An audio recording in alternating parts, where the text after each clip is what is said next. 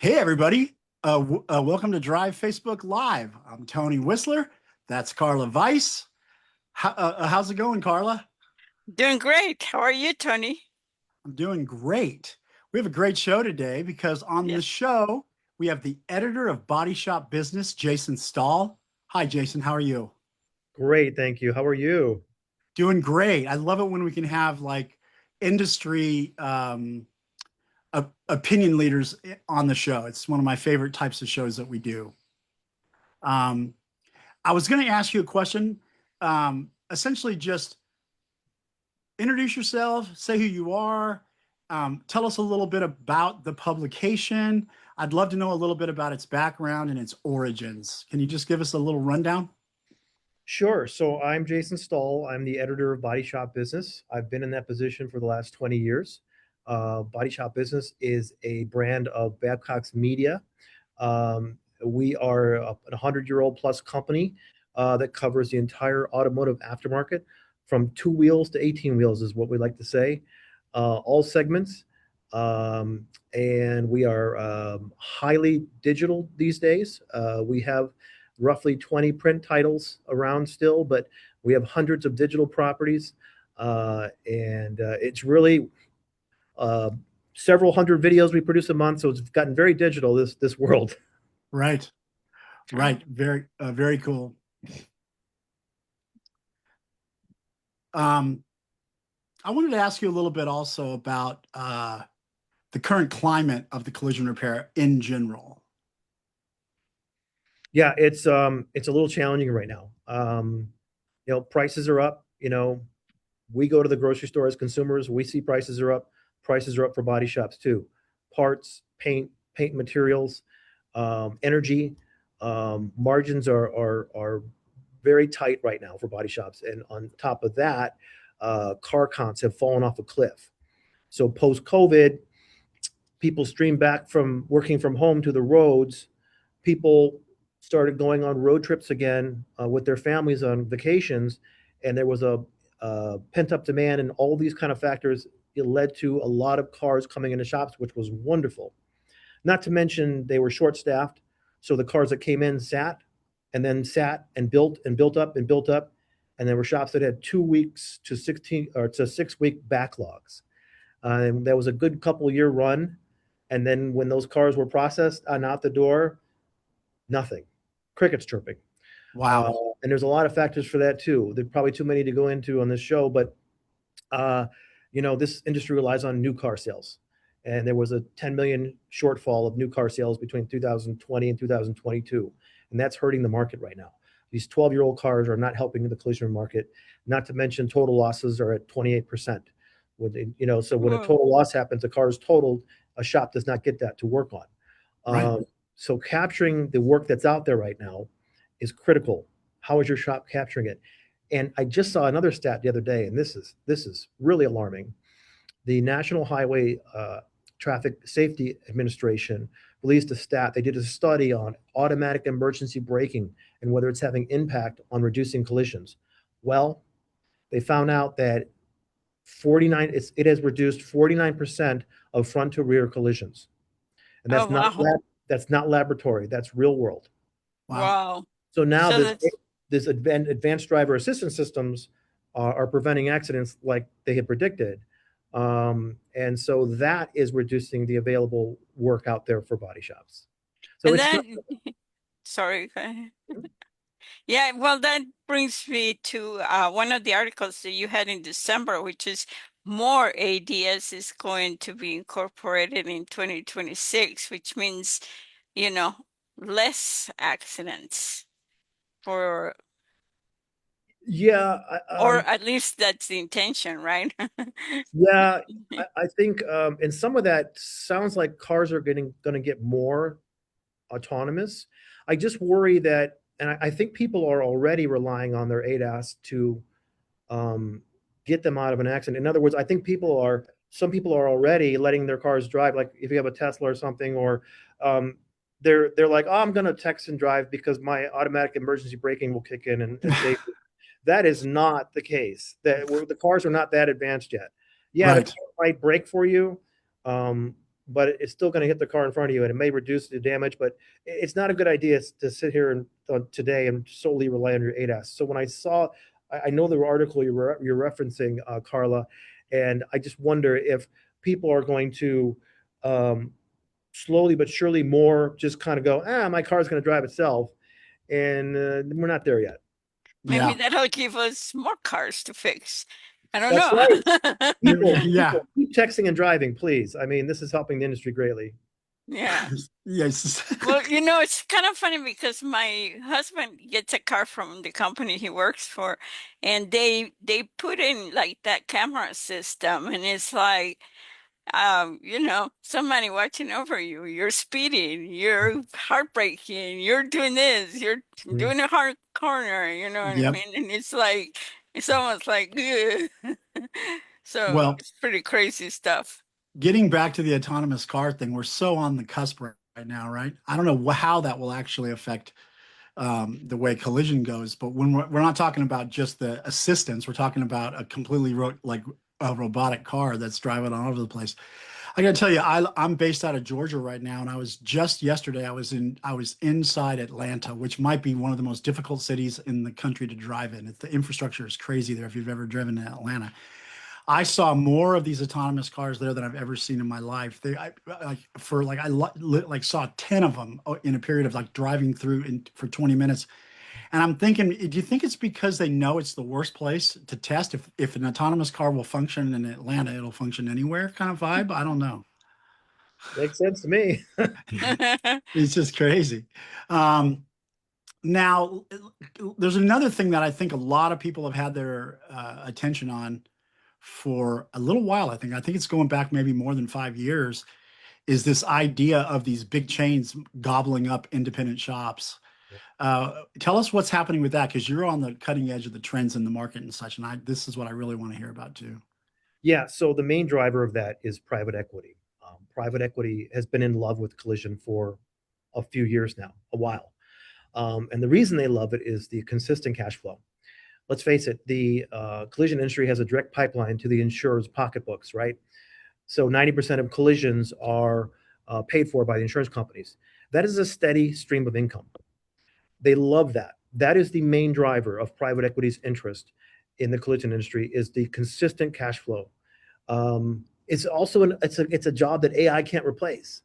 And right Mhm. now, private equity likes that. But the primary driver is the cash flow. And there's a lot of money to be made. And it's just the right time. A lot of shop owners are between 55, 60 years old, 60 plus, and they're ready to retire. They're tired of fighting insurance companies.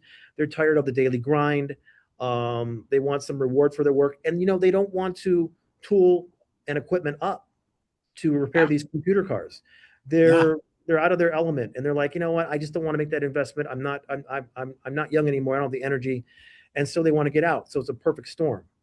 Now, last year it was a little bit off for consolidation. There was a lot of factors there.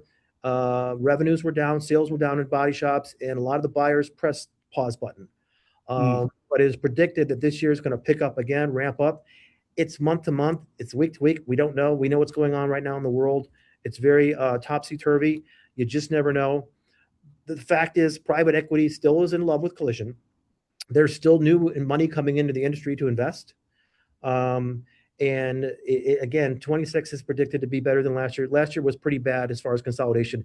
The buyers weren't buying, and the sellers were on the sidelines waiting because they knew that they couldn't get the deals they could because their sales were down. Right.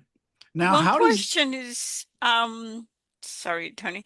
no, go One ahead. question was, you know, there is a difference between a shop that has property and a shop that doesn't. Is there a preference on that when, on the buying of the business of the shop, of the collision shop?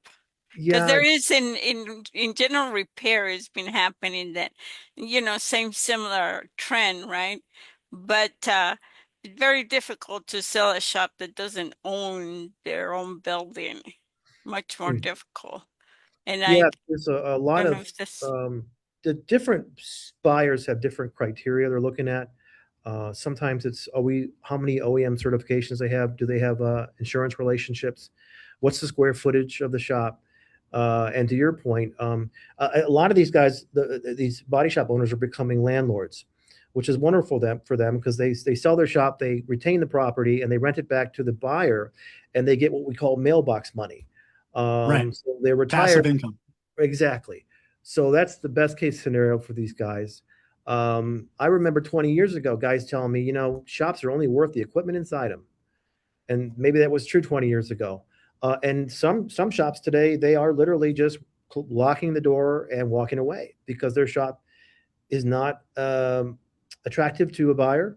And maybe they might sell off the equipment and then just walk away.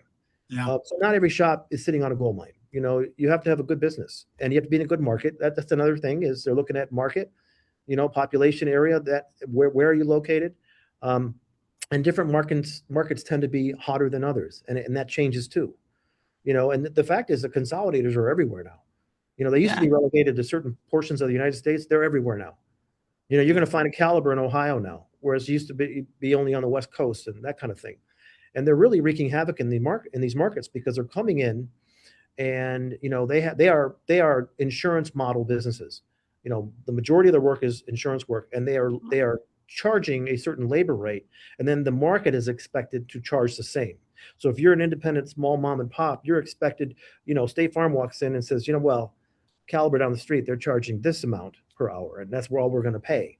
So it's really, and these are nationally known brands that market themselves very well, and the consumer knows them and trusts them. And so they're really kind of coming in and dominating these markets. But there is some benefit to still being a small shop. It's that small hometown relationship. It's quality factor. A lot of these small shops tell me, Jason, I welcome these consolidators who come in because they do terrible work.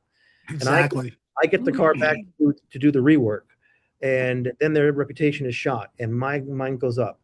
But I talked to the CEO of a mega consolidator, and I told him that, and he goes, "Man, that hurts my heart because we pride ourselves on quality, and I know we're doing quality work, and they train up their techs and whatnot. So it's not a blanket statement across the board, but let me tell you, I think a small independent does not like seeing a sign go up for any of these consolidators in their market." Oh, I could see that could be very frightening. Mm-hmm. Now, which made me just think of something that I think is kind of interesting.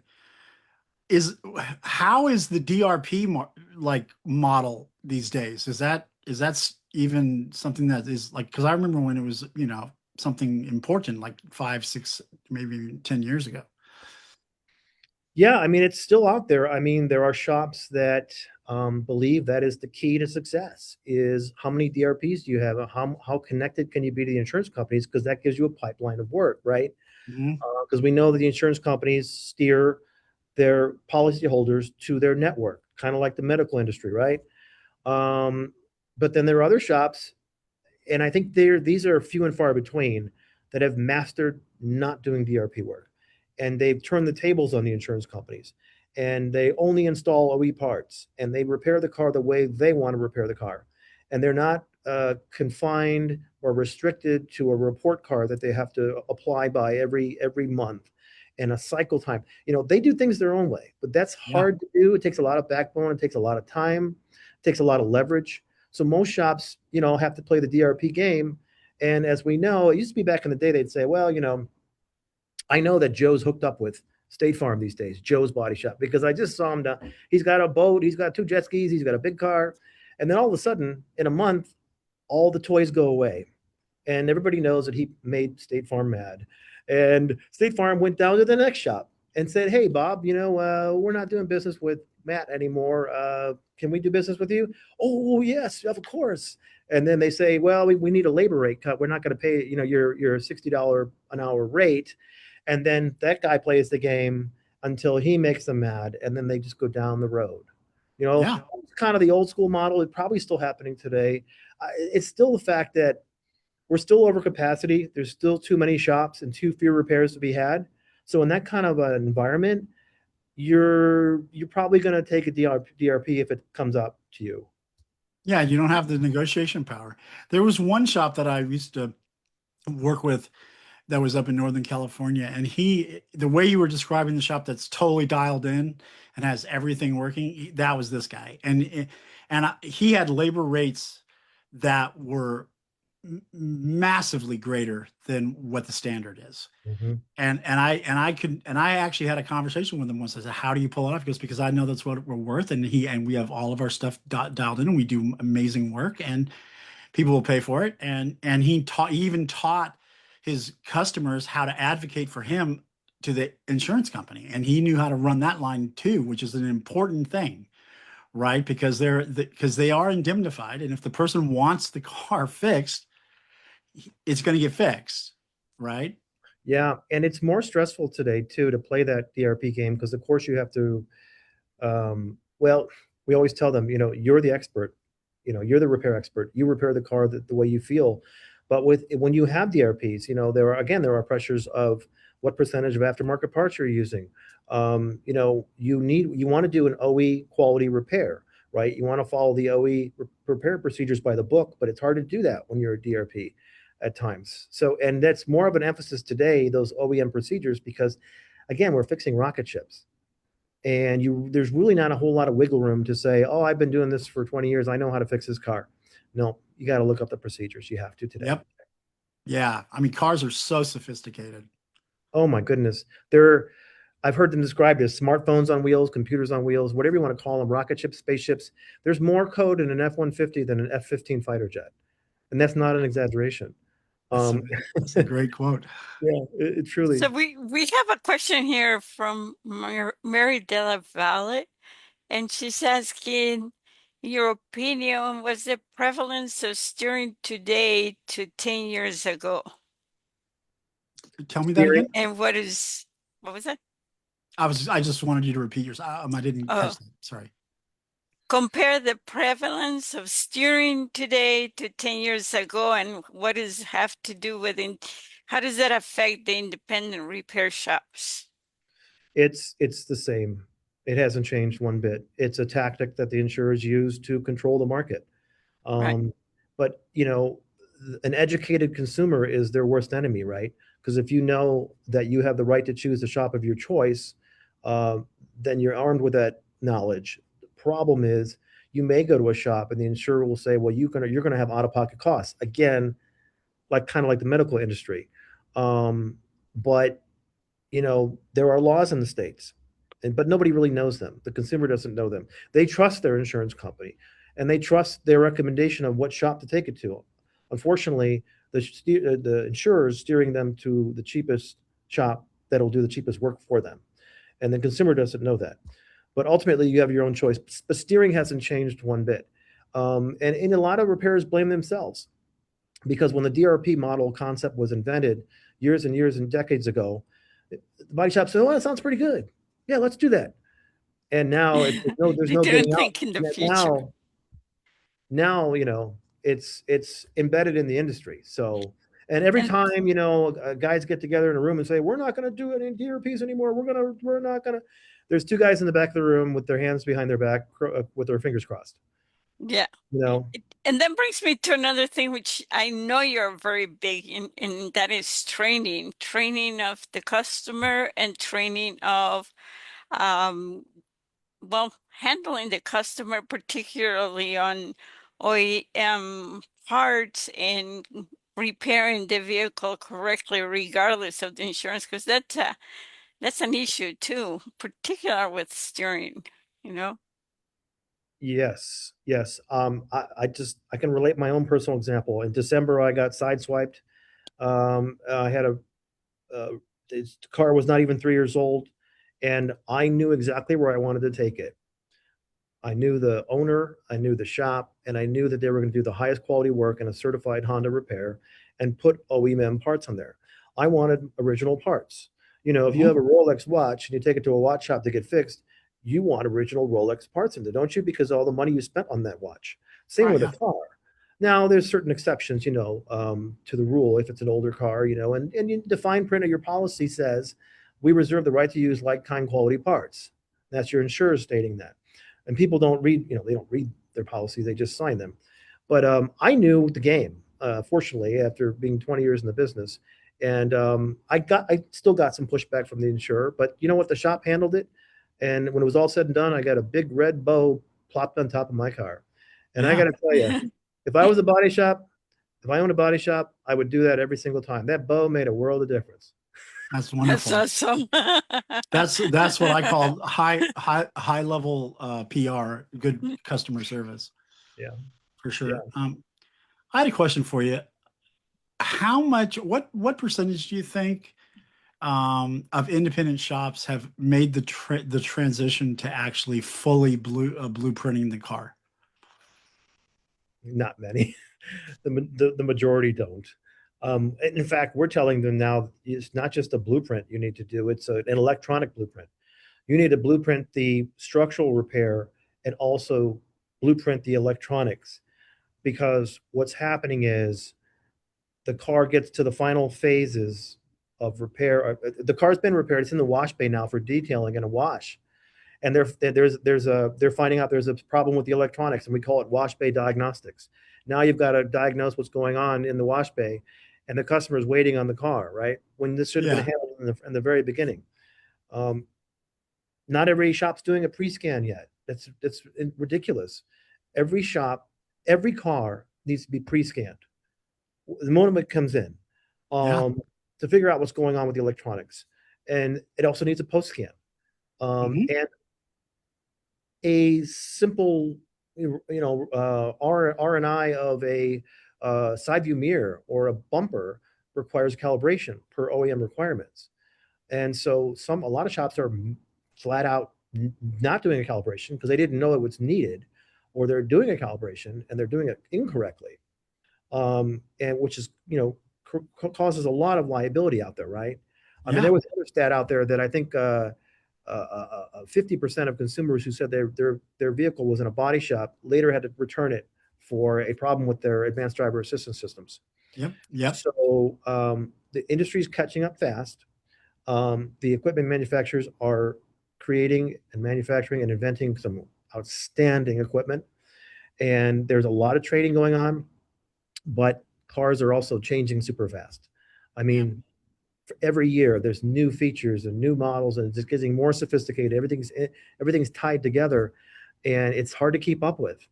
But we went from blacksmiths to having to be Bill Gates. It's Exactly. these guys are Blacksmith. used to pounding on metal, Good and hammer. Yeah, you got to have the. now they have to be Steve Jobs or Bill Gates, or you name the programmer, Steve Wozniak, whoever. They're really out of their comfort zone. Yep. Hey, I think it's time for a commercial break. Carla, you going to take it? Sure. So next week we're going to have Christoph. I blanked out. Schaffer, Christoph Schaffer from Euro Motors. He's in Auburn, California, which is north of Sacramento. Most people know that. He has a Euro shop, general repair, and he's pretty young. He's taking over the shop from his dad. He's up to 60% ownership this year, so he's pretty proud of that. And he's going to talk about the transition and the challenges as a part owner and as you know um, Cool. more of an owner than used to be before. And the other thing is our Facebook Expo. We have our Yes. expo, Drive and it's Expo, coming. September 24th, 25th, and 26th in Vegas And at the if you Westgate. So if you haven't registered, then go ahead and do that. Go ahead and get your hotel. It's going to be great. go And to the website at yep.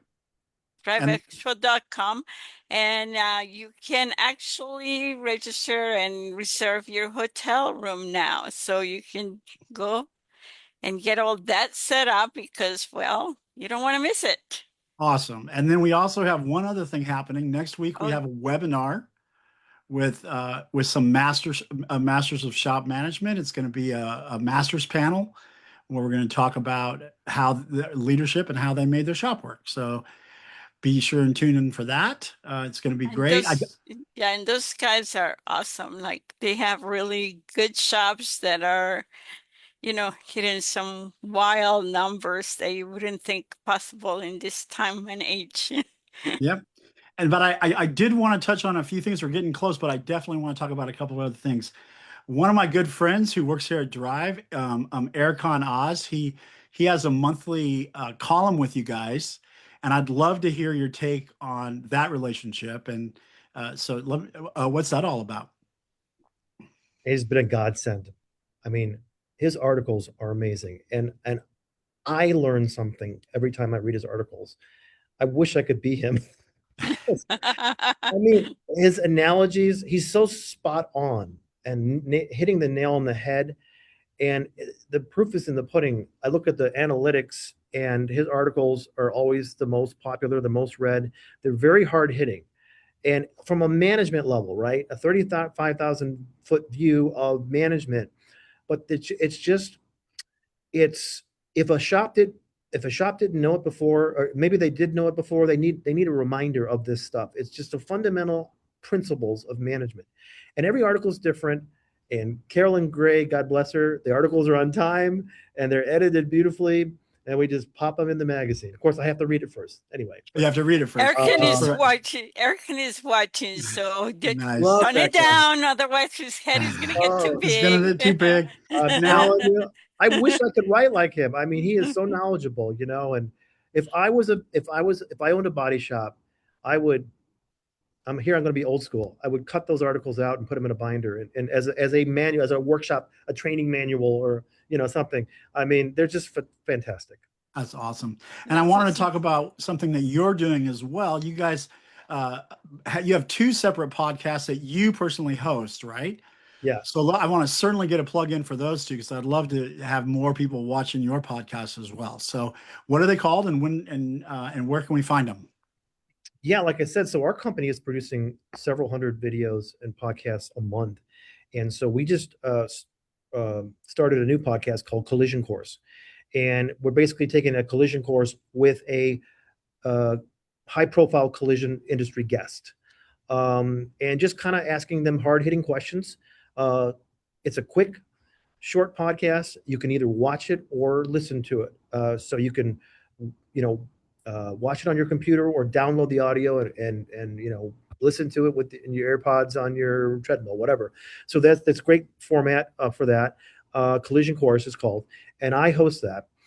Then we have Under the Radar, which is an ADAS focused podcast. I'm sorry, it's not a podcast anymore. That's right. It's a video series, and it's hosted by Christian Hinton, who is our senior editor of Body Shop Business. And we've moved it into our studio garage, and it's ADAS focused because the industry, it really, really needs that education. We talk about advanced driver assistance systems technology. We talk about calibration. We talk about scanning. We talk about diagnostics, anything ADAS related, but only ADAS related, because we feel like it's that important to talk about. So we just launched those recently. They're all on our social platforms. They're in full form video, but they're also in shorts. That's the trend now, shorts and reels and that kind of thing. So we're doing those too. So just an educational tool, another way, another medium by which to digest your content. Nice. And I think we have those links to your website in the chat. So if they go there, they can find all that content, right? Correct. Awesome. Very good. We're getting up to it now. It's really close. Any last questions, Carla? I do have one question because I was, checking out articles and stuff like that, and you guys did an article of 5 under 40, and I thought that was quite interesting. Very, very good stories about young women that have raising the ranks of the body shop. So what's your perspective on that, and what's the trend that you're seeing on women being part of the business, and particularly in management in that area? Yeah, well, that was a very, very popular feature we did. It just blew the doors off social media. People really reacted to it well. And if you're a smart, savvy body shop owner today, you need to open your eyes and realize if you have a tech shortage, if you have trouble filling your personnel, whether it's a front office, estimators, technicians, managers, there are a lot of qualified professional women out there that can do the job. And these women were proof positive of that. And the Women's Industry Network, I'm going to put a plug in for them. They're in a professional association that advances women in collision. They've done a wonderful job over the last 20 years making this visible. So again, we're in a tech shortage issue here. We're trying to get young talent into the door, and women are a good answer to that because they're detail oriented, they're empathetic, they're perfect for this industry from that standpoint. They're hard workers, as you saw in the story, and they are all leaders. These women we profile were leadership positions, and people look up to them. And that environment, atmosphere of guys only in collision is rapidly changing, and progressive shop owners need to get on board with that. Yeah, that's wonderful to Awesome. hear. Awesome. So we're up against it, but so what I want to ask is one other last thing. Anything you want to say before we call it a day?